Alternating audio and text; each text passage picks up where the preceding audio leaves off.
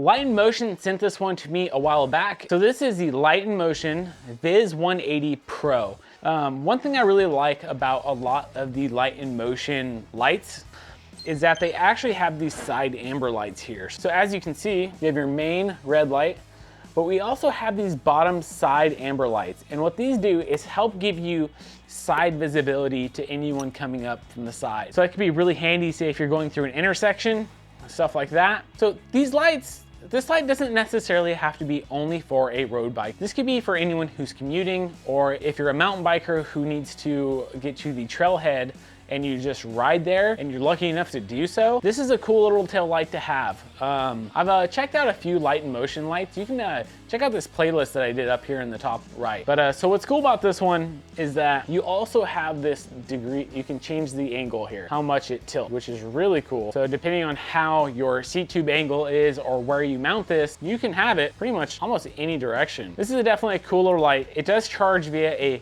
USB micro, and I'd like to see a lot of these lights start switching over to USB-C. I know I sound like a broken record when I talk about that, but it's just such a better charging experience. They charge so much faster. So for this guy, if I recall right, it takes 300 minutes to fully charge. You know, that's a long time. The good news though is that this on high will last for 360 minutes. That's impressive. That is super long for a tail light. That's 6 hours. Wow, that's a long time. So the beam angle on the back is gonna be 180 degrees. That's not gonna be a lot compared to some other lights, but the fact that you have those side lights does help with that tremendously. The max output on this light is 150 lumens, which I'd say is about average for any tail light. So Light and Motion does use a safe pulse beam pattern that they say scientifically designed to enhance the cyclist's distance and speed of travel to passing motorists without the risk of associated flashing lights. So one thing that's kind of cool about this is that if you are in a group ride, which this is gonna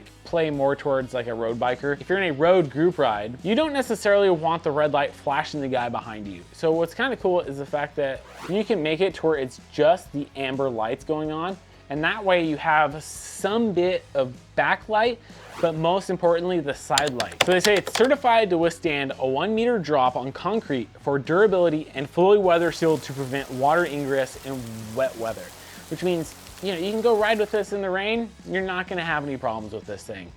Paceline, if you're only using those side lights, you get 1,920 minutes of usage.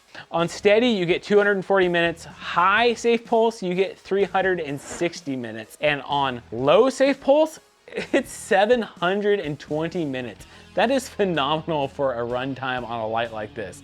Granted, it is a bigger light, so it is gonna have a lot more battery in here.